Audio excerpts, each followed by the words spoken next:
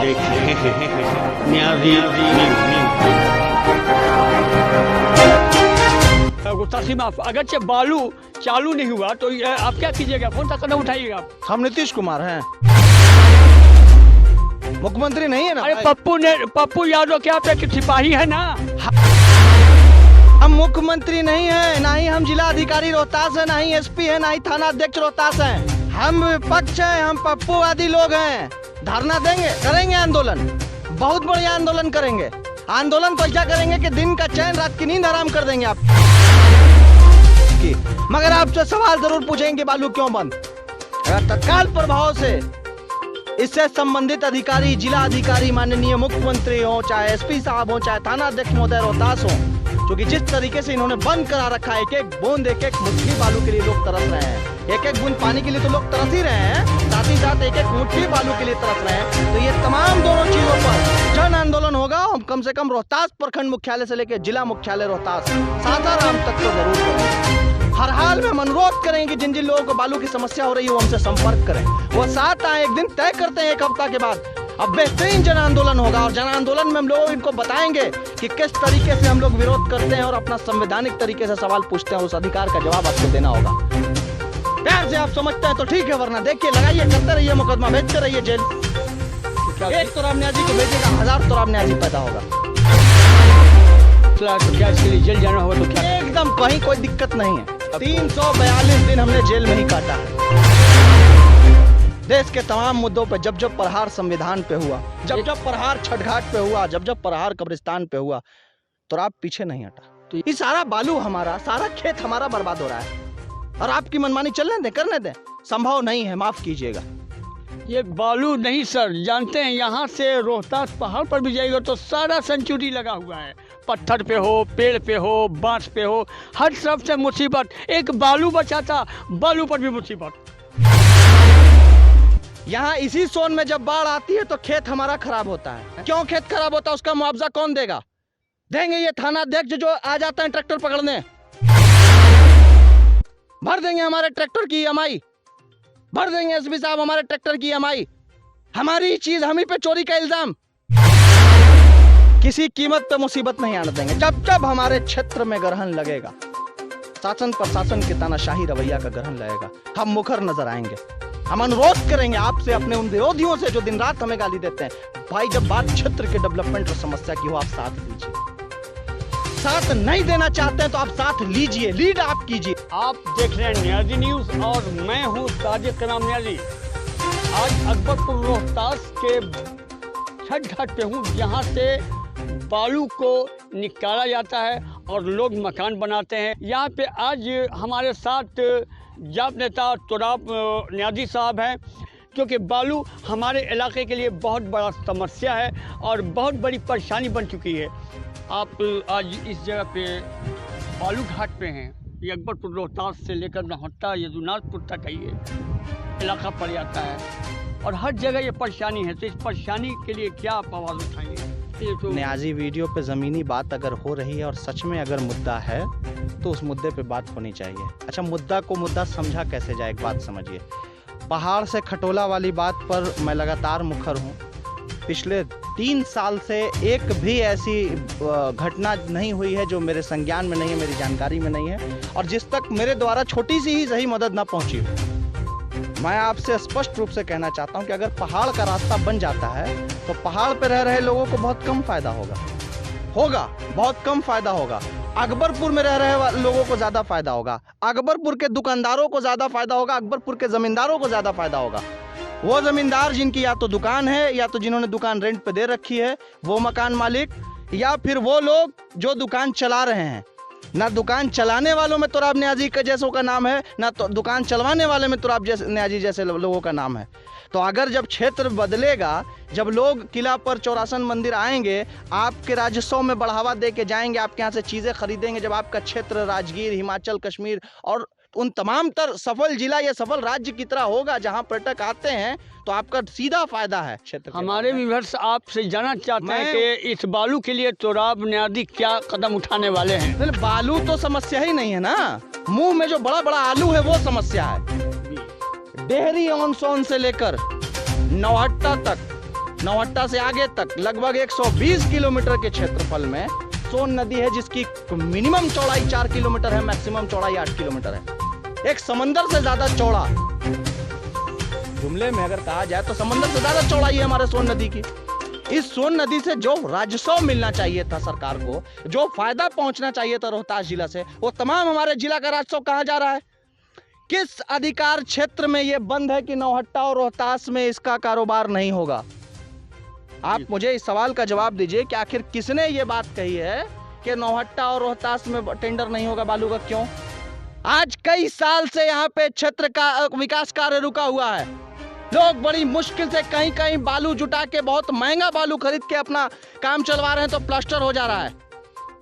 एक बालू सिर्फ समस्या नहीं है, समस्या पेट है। एक बालू के ना निकलने की वजह से कईयों के ट्रैक्टर की ईएमआई नहीं भरी जा चुकी है। उसका जवाब कौन देगा? ट्रैक्टर की ईएमआई के साथ ट्रैक्टर वाले मजदूर भूखे मर रहे हैं। जो घर पे मजदूरी करते थे वो मजदूर, चूंकि काम नहीं हो रहा है बालू की वजह से, तो वो मजदूर भूखे मर रहे हैं। मिस्त्री भूखा मर रहा है। उसके साथ ही साथ इन तमाम लोगों के बीच जो सबसे बड़ी कठिनाई आ रही है, वो रड की दुकान नहीं है, छड़ की दुकान वालों का बुरा हाल है, उनके मजदूरों का बुरा हाल है, उसकी ढुलाई करने वाले ठेला वालों का बुरा हाल है। उसके साथ साथ जो तमाम तर इस फील्ड से जुड़े लोग हैं, प्लम्बर, अब जब घर ही नहीं बनेगा तो प्लम्बिंग का काम कहाँ होगा? जब प्लम्बिंग का काम नहीं होगा तो इलेक्ट्रिक का काम कहाँ होगा? तो कई चीजें जुड़ी है। इस बात का आदमी को समझ में नहीं आ रहा है, सिर्फ उसको बालू लगता है।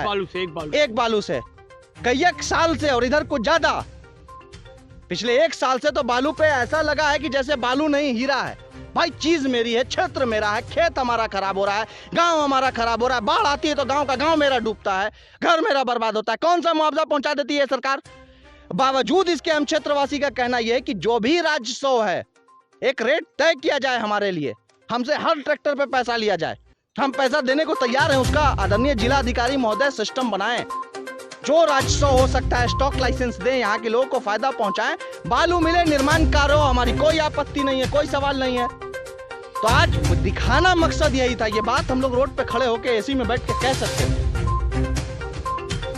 पटना दिल्ली में एसी में बैठ के बयान देना बड़ा आसान होता है, जमीन पे काम करना बड़ा मुश्किल होता है। दिखाना जरूरी है कि ये दर्द कहाँ है। और एक सवाल न्याजी साहब के, इंदिरा आवास वाले जो भी हैं, जिनको इंदिरा आवास मिलता है, वो कहाँ से अपनी जरूरतों को पूरा करेंगे? वो कैसे पूरा? तो ये सवाल आप डीएम साहब से पूछिए, बीडीओ साहब से पूछिए। तकरीबन 4000 हो सकता है, कुछ पढ़ के आए होंगे अधिकारी लोग, कोई बिना बालू का भी इंदिरा आवास में घर बन सकता है। बड़े अधिकारी का डंडा है कि घर बनवाइए। अरे भैया, बालू रहेगा तभी तो बनेगा। कि दुनिया की कोई नई टेक्नोलॉजी आई है तो बताइए, हम उससे काम ले लेते हैं। आप बताइए तो हमको कि करना क्या है। क्यों नहीं बता रहे हैं आप? इंदिरा आवास देखिए, इंदिरा आवास की जहां तक बात है तो 4000 घरों को इंदिरा आवास पास है रोहतास प्रखंड, नौहट्टा प्रखंड में। ये मेरा डेटा नहीं है, ये वीडियो साहब का है। देखिए 4000 तक इंदिरा आवास में घर बने हैं। अब उन तमाम 4000 घरों में बालू कैसे पहुंचेगा? आप हमसे कहिएगा कि डेयरी से हम बालू चलान वाला मंगाए। चलान वाले बालू का रेट कितना पड़ेगा यहाँ आते आते तक? आपको है कोई जानकारी? नहीं, अगर से ट्रैक्टर डेयरी जाएगा तो वहाँ से बालू जाएगा तो 2000 रुपया समथिंग उसका फेयर हो जाएगा ट्रैक्टर का। अब 4200 रुपया जो है वो बालू का है। अगर चलिए खुला भी होता, मान लिया कि खुला है, तो हम अपना ही बालू, मतलब हगने मुतने यहाँ हम सोन आएंगे अपने गांव में, अपने घर में। अब बालू डिहरी से लेके आएंगे? ये तो आपका वाकई बेशक हकीकत दावा है कि ये सब कुछ मेरा, जमीन मेरा, खेत मेरा, ये सोन मेरा। ये पैमाइश करा ले, आधा सोन नदी इनकी हमारे जमीन पे बह रही है, हमारे बाप दादाओं की जमीन पे बह रही है। करा ले पैमाइश, निकाल के दे दे हमारी जमीन। हर साल कटाव होते हुए किसानों का खेत मर रहा है। गरीबों के दर्द की बात कर दे तो हम बुरा लग जाता है आपके अधिकारियों को। क्यों थाना अध्यक्ष परेशान किए हुए हैं? तो न्याजी साहब कुचलती का खेत है और वो बाढ़ में कट के वो सोन के हिस्से में चला गया है। हर साल सिर्फ खेत ही नहीं, यहाँ तो पेट कट रहा है। एक बूंद बालू निकालना मुश्किल है। क्यों इतनी तानाशाही? सरकार की चीज है, बिहार की चीज है। बिहार के राजस्व में बढ़ोतरी देने को हम तैयार हैं। हम जो भी योगदान होगा हमारा करेंगे। हमारा खेत है, हमारा सोना है, हमें निकाल लेने दीजिए। एक सिस्टम बनाइए, एक बूथ बनाइए, एक तरीका बनाइए। आप अपने खेत से भी तो नहीं निकाल सकते हैं, ये भी तो परमिशन नहीं है। हाँ तो वही तो मेरा सवाल है। मेरे खेत में अनाज के ऊपर बालू है, खेत हमारा बर्बाद है, सवाल कौन पूछेगा? थाना अध्यक्ष का काम हो गया सीधा ट्रैक्टर पकड़ के ले आते हैं। बिल्कुल चोरी को मेरा समर्थन नहीं है। तो क्या ऐसे हालात को देखते हुए क्या आप इसका कोई रास्ता निकालेंगे? एकदम रास्ता तो जिला अधिकारी महोदय के हाथ में है। स्टॉक लाइसेंस दें नौहट्टा को और रोहतास को, सस्ते से सस्ते रेट पे मुहैया कराएं। वो 4000 लोग जिनका इंदिरा आवास पास हुआ है उनको तत्काल प्रभाव से घर बनवाना है। उनका घर कैसे बनेगा उसकी जिम्मेदारी सरकार की है, क्योंकि आधा पैसा तो उनका अधिकारी खा जाएंगे और बिचौलिया खा जाएंगे। कट तो चलता ही है, ये आपको बढ़िया से पता है। आप बोले ना बोले, हो सकता है आप डरते होंगे, हम तो ना डरते हैं। एक भी आदमी ऐसा खोज के ले आइए, एक की बात कर रहा हूं मैं, जो वाकई डिजर्व करता था इंदिरा आवास और उसने पैसा ना दिया हो। अव्वलन तो आप 4000 की लिस्ट निकलवा लीजिए, उसमें 2000 ऐसे लोग होंगे जो संपन्न होंगे हर चीज से, मगर उन नेताजी के रिश्तेदार होंगे, मुखिया जी के बहुत खास आदमी होंगे, जिला पार्षद जी के खास आदमी होंगे, प्रमुख जी के खास आदमी होंगे, बीडीओ साहब के खास आदमी होंगे, बीडीओ साहब के खास आदमी के खास आदमी होंगे। एक तो खास आदमी वाला सिस्टम बहुत बढ़िया है, और खास आदमी के साथ जो ये आम आदमी वाला सिस्टम है, पैसा तो आपको हर हाल में देना है, चाहे जितना खास हो जाए। अधिकारी का मतलब पैसा खाएगा, और अगर ये इल्जाम है आप साबित कर दीजिए कि आपने नहीं लिया है। हर एक आदमी को खड़ा कर दीजिए जितनों का इंदिरा आवास है, हमको बेशक फांसी पे चढ़वा दीजिए।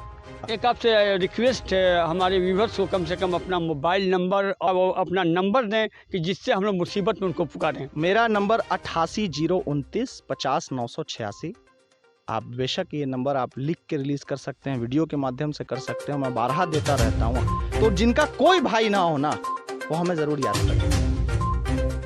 जिसका कोई अपना ना होना वो जरूर याद करे, और टकराना चाहे जिससे होगा। ये भाई तैयार? हाँ भाई तैयार। वक्त की बादशाहत को जो मिट्टी में मिलाना है, ये मुझे पता है कैसे। ये जालिम लोग हावी हो रहे हैं, होने नहीं देंगे। मैं हाथ जोड़ रहा हूँ मैं माननीय जिला अधिकारी महोदय से, हमारी बात, हमारे दर्द को सुना जाए। डीएम साहब आप अच्छा कर रहे हैं। ये बालू सर बंद हुए कितना रूट हो गया है? देखिए बालू तो कई एक साल से बंद है जी। इधर पिछले 1 साल से बहुत परेशान कर रखा है इन थाना वालों ने जी। बहुत ही ज्यादा। जनता का जीना हराम कर रखा जो है। भी निकलता था वो भी बंद हो गया। हाँ, जनता का जीना हराम कर रखा है। सिस्टम से निकालें, तरीके से निकालें। निकालने वाले को भी तरीका का पता होना चाहिए। अपनी चाल पे निरंतर रखें। चोरी बदमाशी गुंडई या रासूक नहीं कि हम बालू माफिया बहुत मारेंगे। माफियागिरी नहीं, इज्जत के साथ निकालो, इज्जत के साथ कमाओ, बेचो, चलेगा। रात की नींद आप हमारी नहीं हराम करेंगे।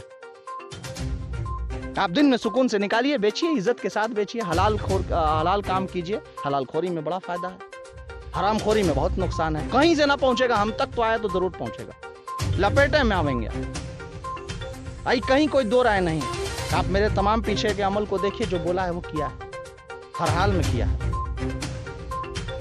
तय मान के आए ही हम लड़ने के लिए।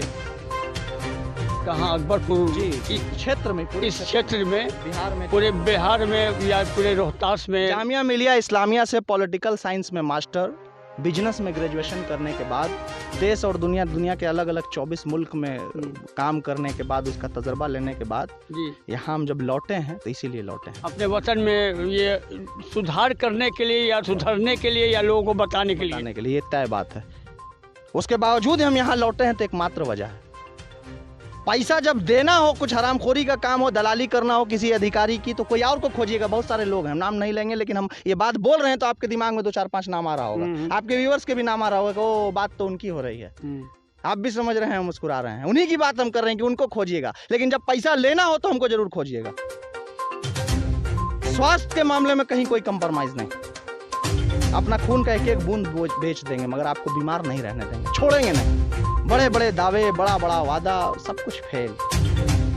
भैया हम कहते हैं, एक बार रोहतास को आप देखें, जाने पढ़ें। बिहार में या देश के विकास का सारा वादा अगर कहीं दम तोड़ देता है तो रोहतास है।